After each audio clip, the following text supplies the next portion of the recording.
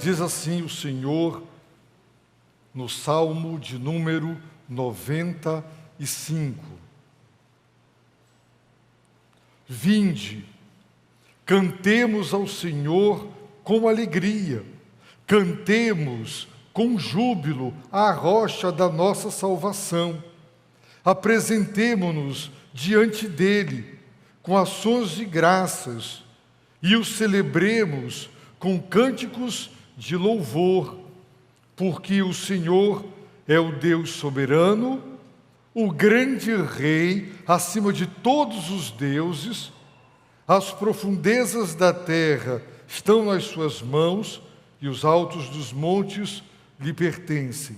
Seu é o mar, pois ele o fez, e suas mãos formaram a terra seca. Ó, vinde, adoremos e prostremo-nos, ajoelhemos diante do Senhor que nos criou, porque Ele é nosso Deus e nós somos o povo que Ele pastoreia, o rebanho que Ele conduz.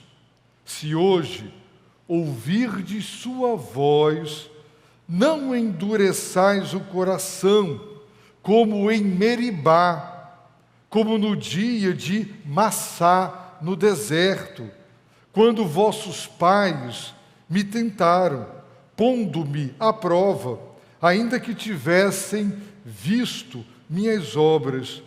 Durante 40 anos indignei-me contra aquela geração e disse: é um povo de coração obstinado, não anda nos meus caminhos.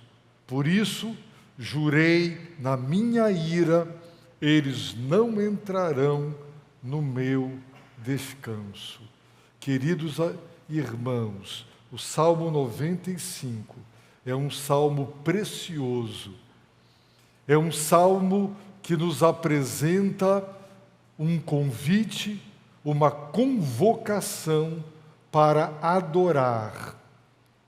E ele nos ensina quais são as atitudes do genuíno adorador, que adora a Deus do modo certo e pelas razões certas. E ele também nos apresenta as razões por que devemos adorar a Deus conforme ele orientou e prescreveu. Neste salmo, nós temos também uma advertência seríssima, seríssima. Este salmo, a partir do versículo 7, na sua última frase, ele deixa de ser o salmista falando para ser o próprio Senhor, através dele, a falar. O salmo, que é um hino, vira uma profecia. O Senhor falando pela instrumentalidade do salmista, que naquele momento se torna profeta, para nos fazer uma seríssima advertência, que nós não podemos e não devemos olvidar, mas prestar toda atenção. Qual é o convite? Vinde. Observem, primeira palavra do Salmo 95, vinde.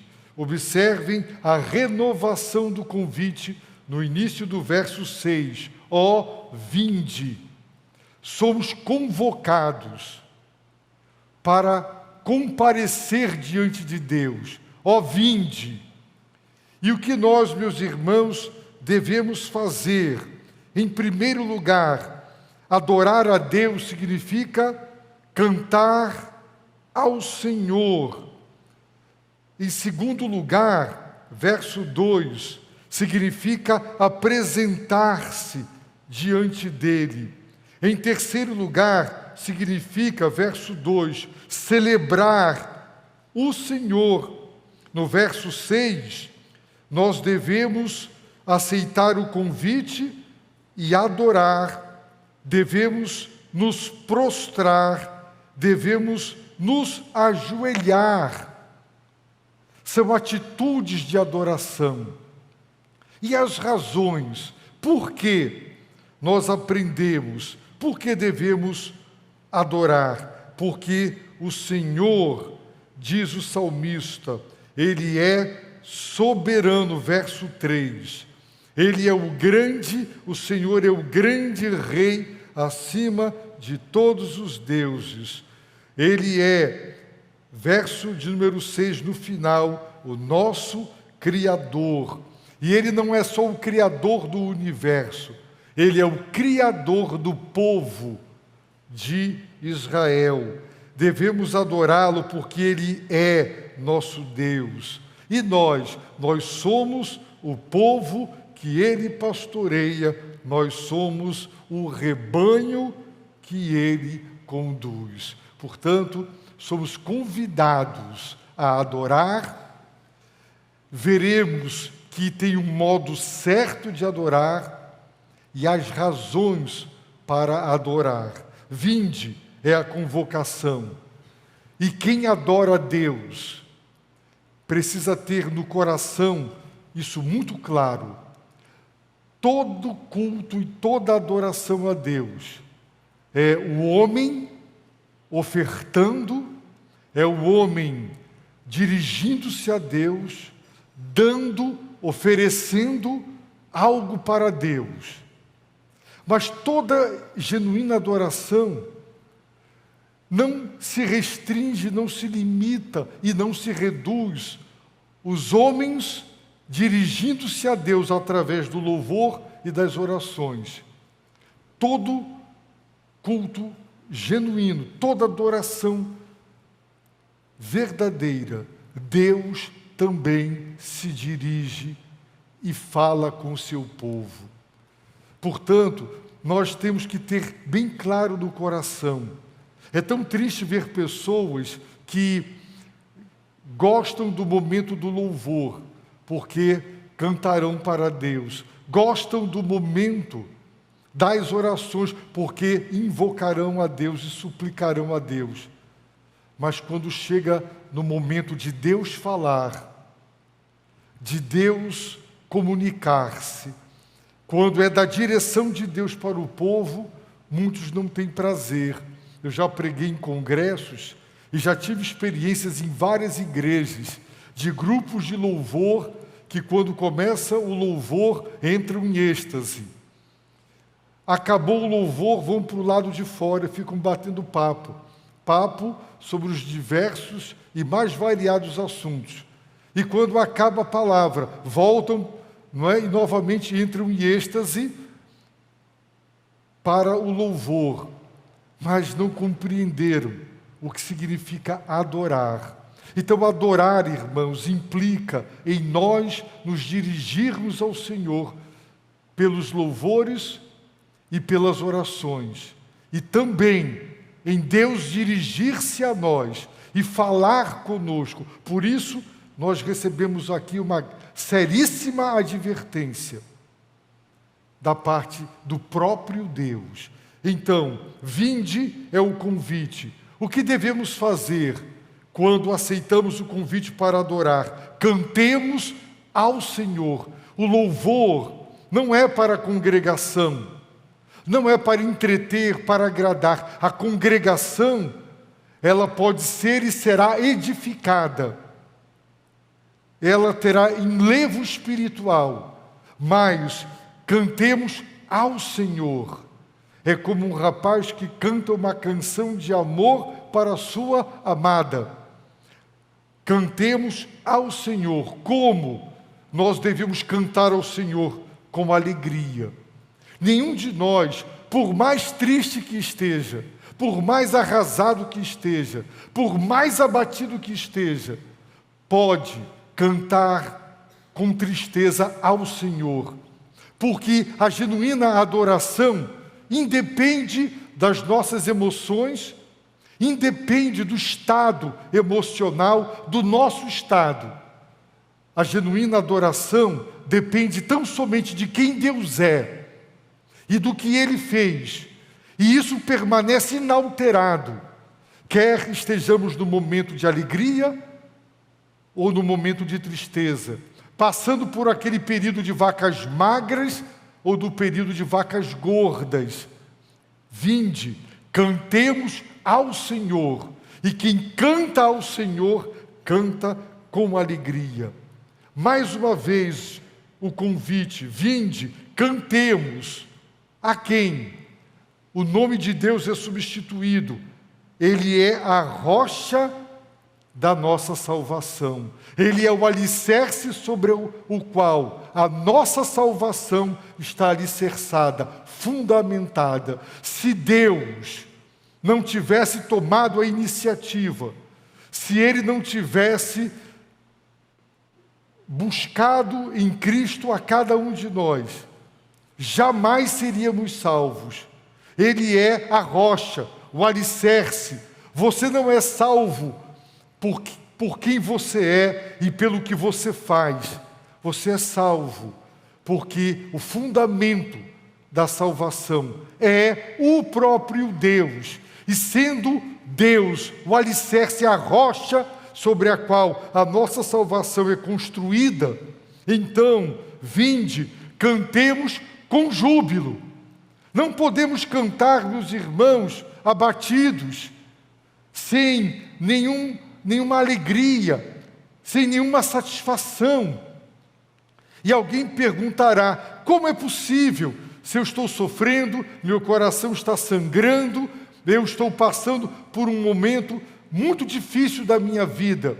E é isso que nós precisamos ter no coração. E mais uma vez eu repito, o nosso cantar ao Senhor com alegria e o nosso cantar ao Senhor, que é a rocha da nossa salvação, independe do nosso estado emocional. Depende só de quem Ele é e daquilo que Ele faz. E isso permanece inalterado. Por isso, venha adorar a Deus sempre, todos os dias, adore ao Senhor. Não permita que tribulação, adversidade ou dor alguma tire o teu prazer de cantar ao Senhor, cantar para Ele e cantar com júbilo a rocha da nossa salvação. Então o primeiro convite é cantemos, adoramos a Deus quando cantamos a Deus e cantamos para Deus e o fazemos com alegria e júbilo. Adorar significa, em segundo lugar, apresentemo-nos diante dEle. Nós não somos independentes, autônomos e livres. Nós temos a quem prestar contas. Nós somos mordomos. Não podemos dizer, a minha vida, a vida é dele, tudo é dele. Nós prestaremos contas com Deus do que fizemos ou deixamos de fazer. Ele é o Senhor a quem devemos satisfação. Procura apresentar-te diante de Deus aprovado. Apresentemo-nos. A cada dia você precisa apresentar-se. Você se apresenta, o soldado, o sargento, o tenente, eles se apresentam aos seus superiores. Eles se apresentam para receber as instruções e orientações. Então apresentemo-nos diante dele. Como? Com ações de graças. Adorar significa esse reconhecimento de que eu sou servo, ele é Senhor, e eu lhe devo prestar contas de quem eu sou e do que eu faço. E eu devo apresentar-me diante dele com ações de graças, para agradecer. E nós temos tanto o que agradecer. Nós temos que cantar ao Senhor, porque Ele tem feito maravilhas, porque Ele é maravilhoso. Nós devemos nos apresentar com gratidão, porque esse Deus tem feito grandes coisas por nós. E a razão da nossa alegria é quem Ele é e o que Ele tem feito por nós. E quem não agradece as bênçãos já recebidas, como se atreverá a suplicar novas bênçãos? Então, todo culto. O convite é para cantar, o convite é para apresentar-se, mas não vazio, mas com ações de graças. O convite é o celebremos. O celebremos. O que será celebrado? O que será comemorado? Ele. O celebremos. Celebremos o Senhor. Ele é a razão da celebração. Nós vamos celebrá-lo. Ele é o vitorioso. A vitória é dele. E nós somos vitoriosos nele, porque ele nos amou. Nós o celebraremos. É o que o salmista diz, o celebremos com cânticos de louvor. Ele venceu, ele criou, ele venceu. Ele é maravilhoso. E nós celebraremos o seu santo ser. E isso vai de encontro a essa ideia de que adoração é para bombardear, é metralhar Deus com as nossas petições. As pessoas perderam o interesse por Deus. Eles não o adoram na beleza da sua santidade. A busca é uma busca sempre por bênçãos, é sempre uma abordagem, uma procura para pedir socorro, para pedir bênçãos, para pedir ajuda. Mas o verdadeiro adorador, ele canta ao Senhor. Ele canta esse ser maravilhoso. Ele canta com alegria e com júbilo, porque ele é o alicerce da nossa salvação. Adorar é apresentar-se diante dele para agradecer e o celebrar com cânticos de louvor.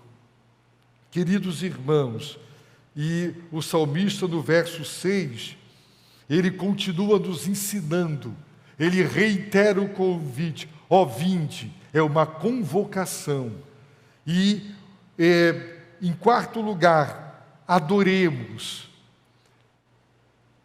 e prostremo-nos, ajoelhemos. São três verbos que no hebraico, o próprio verbo traduzido do hebraico por adoremos, todos os três verbos indicam a atitude de curvar-se, de dobrar-se, de ajoelhar-se, para reconhecer a grandeza, a santidade de Deus e a nossa pequenez, insignificância e pecaminosidade. Toda genuína adoração é uma atitude do homem que se curva, que se dobra, que se prostra. Deus, através dos profetas, falou que o seu povo era um povo de dura cerviz, o pescoço empinado, nariz empinado, ele não se dobra.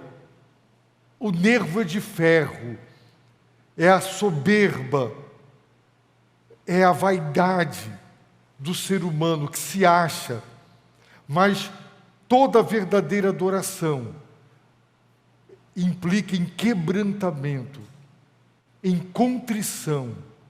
E o dobrar-se fisicamente simboliza que o meu ser se curva, se dobra, se ajoelha diante dele.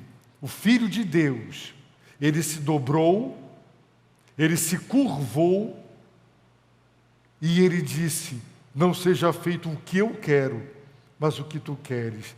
Toda genuína adoração não é para dobrar a vontade de Deus à nossa, mas é para dobrar a nossa vontade. E quando você se ajoelha, há quem diga, não é necessário orar de joelhos. Claro que você pode orar deitado, sentado, andando, caminhando, mas naquele momento a sós, é o momento que você se curva e você está dizendo, eu estou aqui curvado. Se alguém te dá um tapa, você não diz, você deu um tapa no meu braço. Você diz, você me bateu. Porque bater no meu braço, no meu rosto, é bater em mim. Quando um homem viola uma menina, ele não está violando apenas aquela parte do corpo, ele está violando aquela pessoa, destruindo aquela vida, aquele coração. Porque o nosso corpo é o nosso eu exterior. Por isso, ele está dizendo, adoremos. O verbo indica dobrar-se, curvar-se. Sim, toda genuína adoração implica em ajoelhar-se e em prostrar-se e dizer, o Senhor é Deus. Eu vi um filme em que o rei estava disfarçado com uma longa túnica e um capuz, e ele estava ali no meio da multidão e ninguém sabia que era ele. E então, quando alguém puxou o capuz, e todos os que estavam ali, as centenas de pessoas que estavam ali, imediatamente, elas se curvaram diante e disseram, Sua Majestade.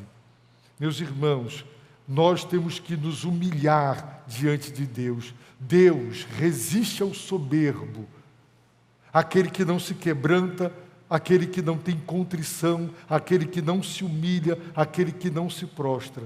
Mas Ele, meus irmãos, exalta os que se humilham. Então, toda genuína adoração implica em curvar-se, prostrar-se e ajoelhar-se diante do Senhor para dizer, seja feita a tua vontade, não a minha vontade. Eu quero que a minha vontade rebelde, insubmissa, seja quebrada, curvada, e a tua seja realizada. Isso é adorar. E quem é o nosso Deus? O salmista nos diz, no verso 3, por que devemos aceitar o convite para cantar, para apresentar-se, para celebrá-lo, para adorar, ajoelhar e prostrar? Porque, verso 3, o Senhor é o Deus soberano. Essa é a razão. Ele é o Deus soberano. Cada metro quadrado desse universo está sob seu controle, está sob o seu senhorio. Não há ser, não há nada, não há ninguém que fuja, escape da soberania dele. Ele tudo controla. Esse universo tem rédeas, há um trono, há um governo, e muita gente diz, mas eu não estou vendo. Mas Deus está soberanamente guiando tudo e todas as coisas para que o seu plano e propósito se concretize com o maior e mais absoluto êxito. Ele é o Deus soberano. Por que devemos aceitar o convite para cantar, nos apresentar, celebrar e nos dobrar? Por quê? Porque o Senhor é o grande Rei acima de todos os deuses. Não está admitindo que esses deuses sejam reais, verdadeiros, mas as nações tinham os seus falsos deuses e eles exaltavam. Mas ele está dizendo que ele é o grande Rei acima. A transcendência significa acima e além de tudo e de todos. Por que devemos adorar? Porque Ele é soberano, Ele é o grande Rei. Devemos adorá-lo porque as profundezas da terra estão nas suas mãos. Então, mesmo nos lugares mais profundos, aonde se imaginava ser o inferno, o lugar da morte, ou os altos dos montes, os picos, ou seja, as profundezas e as alturas, seu é o mar, pois ele o fez, e as suas mãos formaram a terra seca. E no final do verso 3, adoremos, prostremo-nos, ajoelhemos diante do Senhor que nos criou. Razões para adorar, porque Ele é, o Senhor é soberano, o Senhor é o grande Rei, o Senhor é o Criador. Essas são as razões para adorar. É por isso que nós podemos cantar com júbilo e com alegria. Porque as razões são essas. Quem é, quem Deus é e o que Ele fez. Então você pode estar aqui triste e arrasado, mas você está celebrando a vitória de Deus, a vitória de Cristo, a vitória sobre o pecado, a vitória sobre o mundo, a vitória sobre Satanás, a vitória sobre o mal, a certeza da vida eterna. Então, nós em Cristo somos mais vencedores através daquele que nos amou. Então, nós celebramos o novo céu e a nova terra, e todas as vitórias de Deus na nossa vida. Mas Ele nos dá mais razões para adorar, porque Ele é o nosso Deus. Este Deus soberano, o grande Rei, o Criador, não é um Deus distante, desconhecido, uma incógnita, uma grande interrogação. Ele é o nosso Deus. Ele é o meu Deus. Ele é o seu Deus. E isso é maravilhoso. Ele é o nosso Deus. Mais uma razão para adorar. Quem somos nós? Nós somos o povo que Ele pastoreia. Ele é o nosso supremo pastor. Ele é o bispo de nossas almas. Ele nos pastoreia. E nós sabemos que pastorear significa alimentar, proteger, cuidar, guiar. Nós sabemos, Davi era pastor e ele pastoreava seu pequeno rebanho. Ele lutou contra ursos, ele lutou contra leões para defender a sua ovelha, vulnerável, incapaz de se salvar. Ele sabia onde encontrar pastos que alimentariam.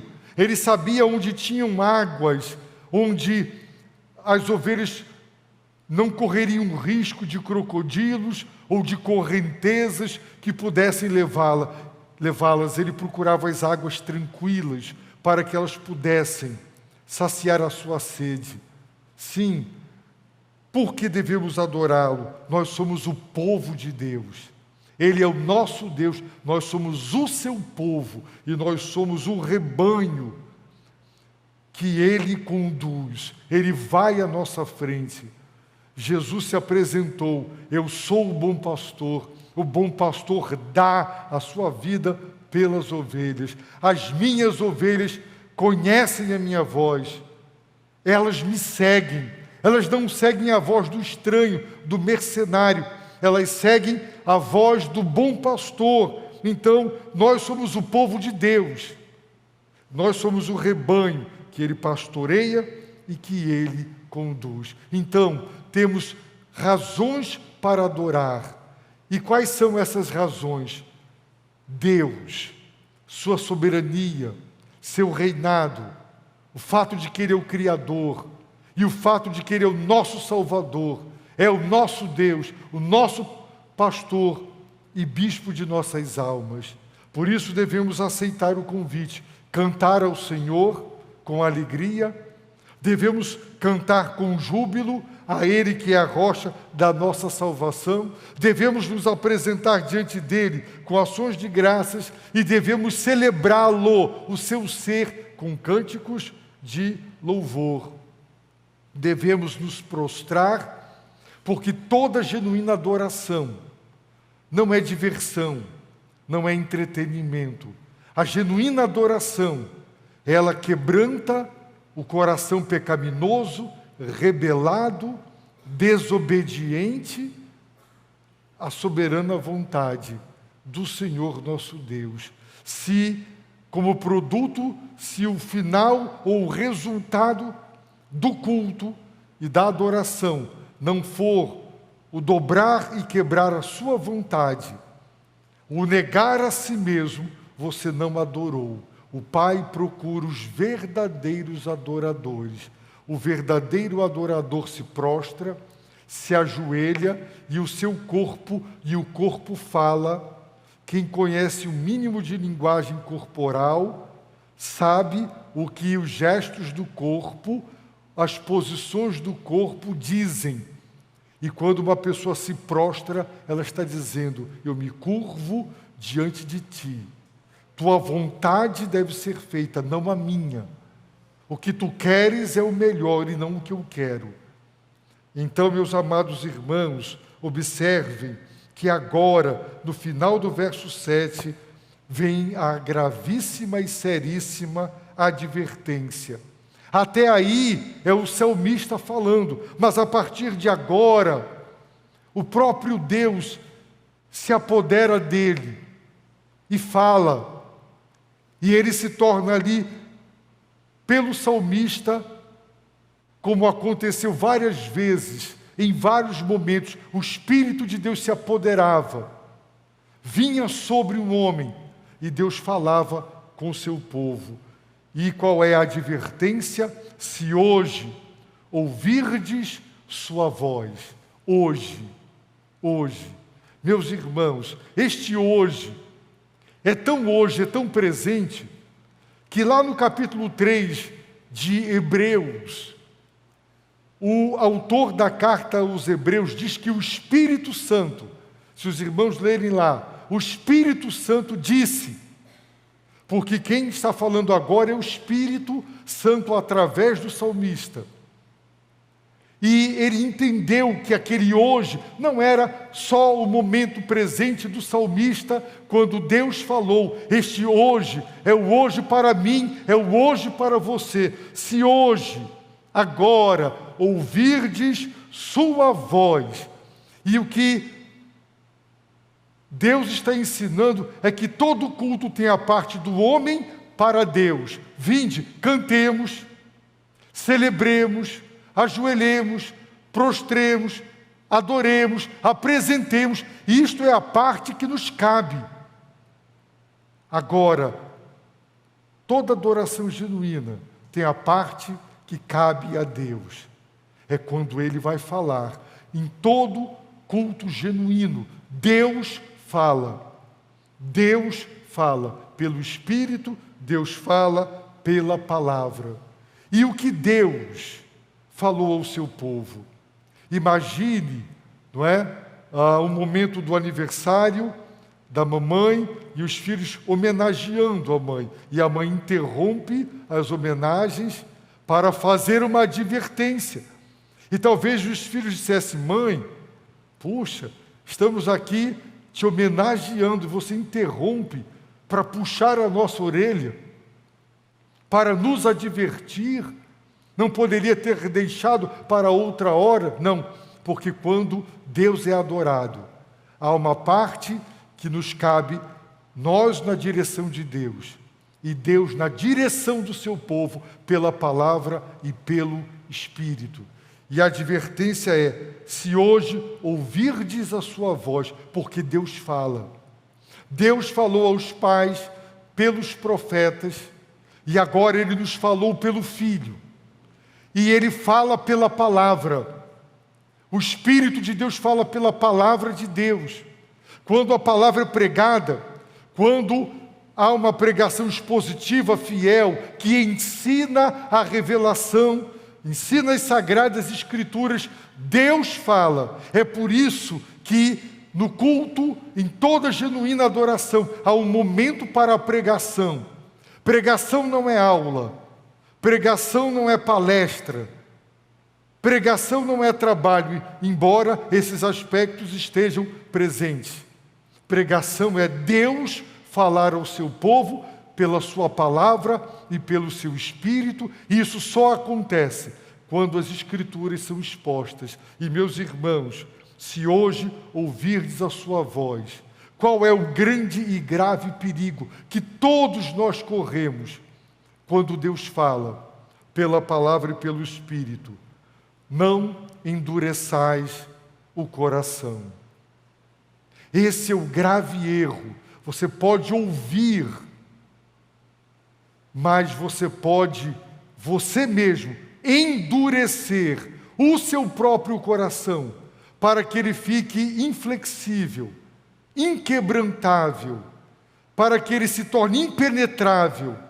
Jesus disse que a palavra de Deus é semente, mas tem um coração que é, por analogia, equivalente a uma terra batida, porque se tornou um caminho. Já viram no meio do mato, um caminho de terra batida, não tem grama, não tem nada, e ali é duro, a semente não penetra, porque é duro, e o passarinho vem e come. Jesus disse que o diabo tira o que foi semeado no coração, porque o coração é duro. As pessoas se endurecem. E quando uma pessoa se endurece, a ira de Deus também pode se manifestar. Sabe como? O próprio Deus endurecendo o coração, que já se endureceu. Você não quer me ouvir? Você não quer me escutar? Você não quer quebrantamento? Você não quer ouvir a minha voz, a minha instrução, a minha orientação, a minha palavra? Esse é um grande e grave perigo. Se hoje ouvirdes a sua voz, não cometa esse grave erro, não endureça o coração. Um coração endurecido, ele produz, meus irmãos, consequências terríveis. E ele então lança a mão de um exemplo concreto, histórico, que ocorreu de verdade, que se tornou um símbolo do erro de endurecer o coração quando Deus fala. E aqui nós aprendemos que não se aprende só com os bons exemplos, mas também com os maus exemplos. Um mau exemplo, ele é recordado, ocorrido na história do povo de Israel, em que o povo de Israel cometeu esse grande e grave erro. Deus falou e eles endureceram o coração e por isso não ouviram o que Deus tinha para lhes dizer. Não endureçais o coração como em Meribá, como no dia de Massá, no deserto. Em Êxodo 17, o povo de Deus chega a Refidim, e naquele lugar não havia água.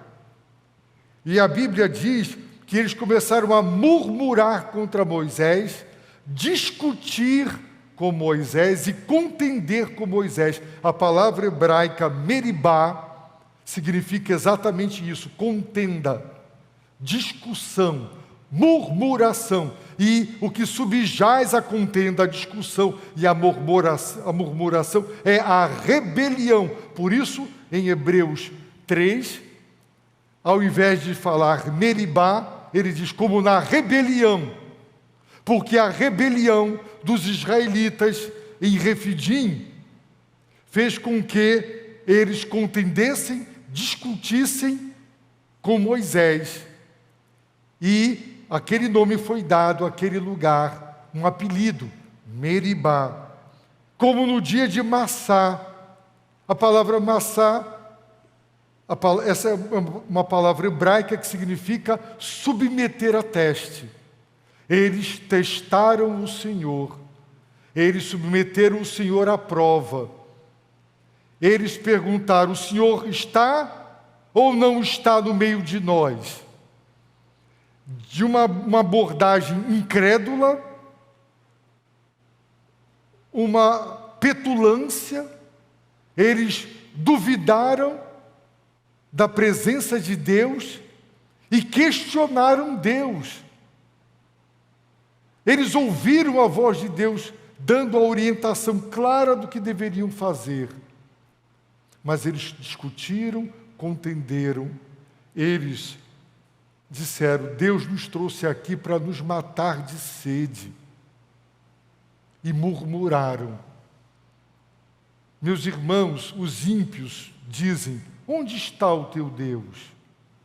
Os salmos mostram que os salmistas estavam sofrendo, vivendo um momento dificílimo de suas vidas. E os ímpios, por chacota e para humilhar, perguntavam: onde está o teu Deus? Cadê? Ele é fraco, não te protegeu, ele não te ama, ele te largou. Se você está vivendo o que você está vivendo, é porque esse Deus, ele é fraco, ele é apático, ele é indiferente. Mas o problema é quando o povo de Deus faz o que Israel fez em Refidim. O Senhor está ou não está no nosso meio? Duvidaram da presença. Uma presença que era real, constante e poderosa. Mas eles duvidaram. Se Deus estivesse conosco, não estaríamos passando pelo que estamos passando. E não é isso que acontece hoje. Quando você sofre, você pergunta, por que tudo isso está me acontecendo? Cadê Deus? Onde Deus está? Deus está ou não está comigo? Se Deus estivesse comigo, isso não estaria acontecendo. Se Deus me amasse, eu não estaria sofrendo. Irmãos, Deus fala no culto. E o grande e grave perigo que corremos é endurecer o coração por causa da incredulidade e contender com Deus, murmurar, discutir com Deus, duvidar de sua presença em nossa vida, do seu carinho, da sua fidelidade, do que Ele fez para conosco. E, meus amados, o Senhor diz pelo salmista, não endureçais o coração, como em Meribá, como no dia de Massá, quando vossos pais me tentaram. Observem, é Deus falando, não é mais o salmista, é Deus. O Espírito de Deus, segundo Hebreus, se apossou daquele homem, e ele está dizendo, onde vossos pais me tentaram, Massá, me submeteram a teste, não tente a Deus. Já ocorreu de pessoas dizerem, se Deus está comigo, eu vou atravessar esse rio e não vou morrer. E atravessou e morreu. Sabe por quê? Isso é tentar a Deus. Isso é tentar a Deus. Se Deus está comigo, Ele vai me livrar. E você toma atitudes irresponsáveis, inconsequentes, achando que isso é fé, isso é provocar Deus. Isso é tentar a Deus. Deus não tem compromisso com a vaidade humana, com as insanidades humanas. Ele faz o que Ele diz, mas Ele não honra. Testar a Deus significa querer dizer, Deus, prova que Tu me amas. Cadê? Vamos ver se o Senhor vai ficar reprovado ou aprovado. Quem somos nós para submeter Deus a teste? Nenhum de nós. Meus irmãos, quando vossos pais me tentaram, pondo-me à prova. O professor submete o aluno à prova para saber se ele sabe ou ele não sabe. Ainda que tivessem visto minhas obras. Vejam, visto, ouvir. Se hoje ouvirdes sua voz, porque Deus fala, e Deus está dizendo, o povo que viu as minhas obras, eles viram o mar vermelho se abrir. Eles viram o povo de Deus passar ileso. Viram Faraó e seus exércitos destruídos e afogados. Viram o maná. Viram a nuvem que ficou entre e a coluna de fogo, o povo e os exércitos de Faraó. Eles viram as pragas no Egito. Eles viram, precisavam de mais evidências de que Deus estava com eles, de que Deus era fiel, e de que Deus estava cuidando. Eles viram tudo o que Deus já havia feito, mas não quiseram ouvir a sua voz lá em Refidim. Esse é o perigo. É quando muita gente duvida. Ora, viram as minhas obras. Se você vê Jesus Cristo crucificado, Deus nos deu o seu Filho, porque Ele nos amou. Como você vai se atrever a dizer, será que Deus me ama? Porque se Ele me amasse, eu não estaria passando pelo que eu passo. Será que Deus cuida de mim? Quantas evidências do cuidado de Deus para conosco. Podemos duvidar disso? Mas podemos ser tentados a endurecer o coração e não ouvir o que Ele tem a dizer, apesar das muitas evidências que Ele já tem dado. Nós temos visto as suas obras Eles viram as minhas obras e, apesar de ter visto de tudo que eu fiz, rebelaram-se contra mim, não me ouvindo. E, meus irmãos, sabe qual foi o resultado? Durante 40 anos, indignei-me. Quando Deus fala e o ser humano endurece o coração, então, meus queridos, Deus fica indignado. E a ira de Deus se manifestou. A indignação de Deus contra aquela geração levou o Senhor a dizer: é um povo de coração obstinado. É interessante que a palavra hebraica para endurecer, ela é traduzida como obstinação em alguns textos e teimosia em outros textos. A mesma palavra. Porque quando uma pessoa tem um coração duro, é porque é um coração teimoso, teima no erro, obstinado, vaidoso, arrogante, que teima em continuar no erro, apesar de Deus estar falando, mas a pessoa não ouve porque ela endurece o coração e a palavra não penetra no coração. Já viram um pai se dirigir ao seu filho? Uma esposa que está se dirigindo ao marido? Um marido ou uma esposa que está virando a cabeça, o marido virando a cabeça, e a pessoa está falando, mostrando: você vai fazer uma grande besteira, você vai destruir a sua vida, o seu lar, você vai. Está sendo dito, está claro, mas a pessoa endurece o coração, ela não ouve. Ela não é surda, mas ela não ouve, não penetra no coração. Aquelas razões, aqueles argumentos, aquela lógica, aquele bom senso, não adianta. Porque quando uma pessoa endurece o coração, não chega na alma, não chega no espírito, não atinge o coração.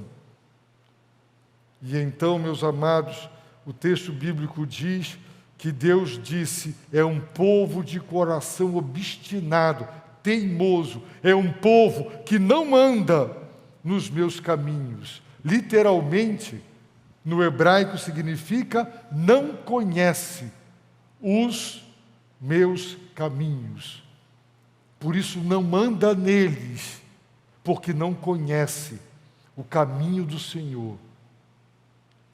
Andar na vereda, no caminho do Senhor. Tudo isso é produto do endurecimento do coração. Por isso, a razão aqui apresentada. Por essa razão, irmãos, Deus é bom. Quando Deus manifesta contra nós, o seu povo, o seu juízo, tem um por isso, tem uma causa. Os falsos deuses supostamente se iravam por nada. Todo o sistema sacrificial, crianças que já foram colocadas vivas nos braços de metal incandescentes de Baal e morriam ali queimadas, era para aplacar a ira de uma divindade que estava aborrecida. Não precisava ter motivo algum. Quando acontecia uma enchente, alguma coisa, aquilo era interpretado como uma divindade caprichosa que estava punindo, e então eles sacrificavam.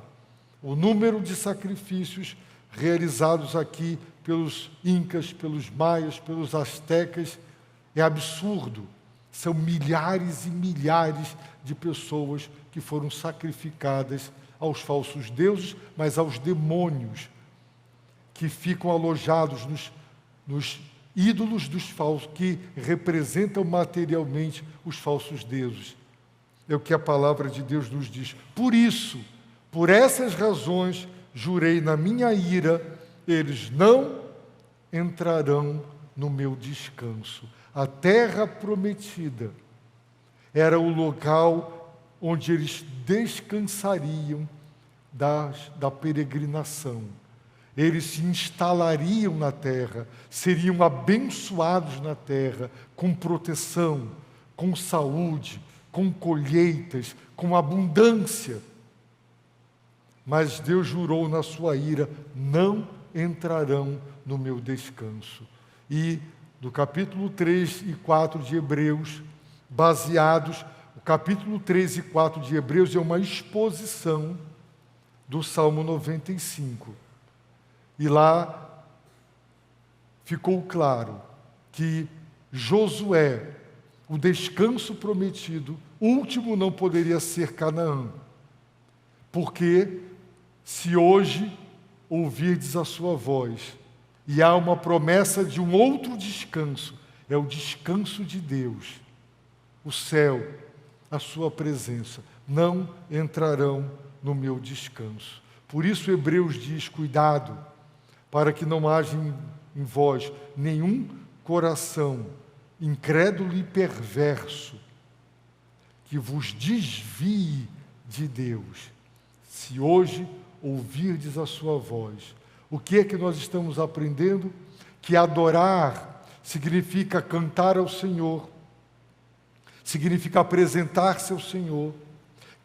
Adorar significa celebrá-lo com festas, com hinos, com cânticos, com ofertas. Mas o que Deus está dizendo é: se o adorador que vai oferecer a Deus tudo isso, ele for um adorador cujo coração está endurecido e que não ouve, portanto não se quebranta, não se submete, não obedece, toda aquela adoração é inútil, toda aquela adoração é em vão. E se concretiza o que o próprio Deus dizendo, o que o próprio Deus disse: esse povo me honra com os lábios, mas o coração está longe de mim. Então este salmo é uma advertência, é como se Deus estivesse dizendo: estão lindos cânticos, muito afinados, muito bem tocados e muito bem cantados. Está tudo lindo, apoteótico. As ofertas abundantes, está tudo lindo, mas isso não me compra, isso não me suborna, isso não substitui um adorador submisso e quebrantado.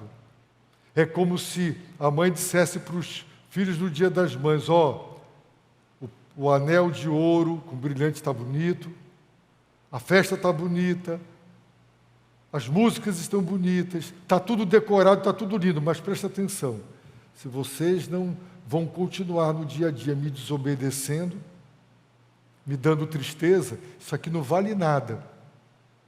Não vale nada. Então, no meio do salmo, Deus visita seu povo dizendo: tudo que vocês estão fazendo está tudo certo, é isso que vocês devem fazer. Vocês devem cantar ao Senhor, prostrar-se, ajoelhar-se, adorar. Vocês devem fazer tudo isso com júbilo e com alegria. Sim, está certo, mas se fizerem a partir de um coração endurecido, que murmura, que contende, que discute e que testa Deus por causa de um coração obstinado, de pessoas que não andam nos caminhos do Senhor, então essa adoração é inútil, ela é em vão. Isso significa que o que precede a adoração é submissão e obediência. E quando adoramos, somos conduzidos de volta para a obediência e a submissão. É um círculo que não pode ser quebrado. Para Deus se agradar da adoração, o adorador precisa ser um adorador cujo coração não é endurecido, não é obstinado, não é teimoso. E quando você adora a Deus com o coração contrito, quebrantado, então Deus fala no culto e você é fortalecido para voltar para uma vida de submissão e obediência. Esse é o círculo santo, maravilhoso, de vida, de adoração, adoração para a vida. E é isso que Deus espera de nós. Portanto, encher os locais de adoração, levar oferendas, ofertas para Deus, pode significar absolutamente nada, porque antes de contemplar a adoração, Deus visita o coração do adorador. E se ele não aceita o adorador, ele não aceita a adoração. Que advertência! Você veio hoje adorar a Deus? Deus está falando, se hoje ouvirdes sua voz, Ele está dizendo, Jesus é o caminho, Jesus é a verdade, Jesus é a vida. Ninguém pode reconciliar-se com Deus o Pai, a não ser por Ele, tão somente por Ele. Deus está dizendo, esse é o meu filho amado, a Ele ouvi, ouça, o meu filho. Você está ouvindo mais a quem? Se o seu coração, não endureça o seu coração. Deus está dizendo hoje, arrependa-se dos seus pecados. Creia no Evangelho, creia no Filho de Deus. É o que Deus está dizendo. E esta é a vontade de Deus para vós, a vossa santificação. Por isso, abram mão, abstenham-se da imoralidade. Porque se Deus quer que eu seja santo, eu não serei santo tendo contato com imoralidade. Então, abstenham-se da imoralidade, porque Deus não nos chamou para a impureza, mas para sermos irrepreensíveis em santidade. Então Deus fala, o Espírito fala, se hoje ouvirdes a sua voz, não endureça o coração, por teimosia e obstinação. Ao contrário, escute, obedeça, dobre-se, curve-se, quebrante-se diante de Deus. Se você tem cometido esse grande e grave erro, então saiba que historicamente isso já aconteceu. E o resultado final foi, não entrarão no meu descanso. Você quer entrar no descanso de Deus, no céu? Então, ouça a voz do Senhor. Ouça o que Ele tem e está lhe dizendo. Não ouça esse mundo, as ideologias deste mundo que estão contaminando, seduzindo, capturando a mente, principalmente dos jovens. É o feminismo, as ideologias comunistas, anticristãs. São estas pautas contra a família, a destruição do que Deus criou. Ideologias perniciosas, malignas, que desagradam a Deus. Irmãos, nós temos que ter um filtro bíblico-teológico para entender o que é compatível e o que não é compatível. Então, ouça o que Deus tem a lhe dizer. Não endureça o seu coração. Eu quero convidar você a arrepender-se dos seus pecados, a receber Cristo como seu Senhor e Salvador. Se você é do Senhor, e se você, por causa de tribulação, tem murmurado, contendido, duvidado de Deus e colocando Deus à prova, então essas atitudes geram a indignação do Senhor para conosco. Também se arrependa, confesse ao Senhor.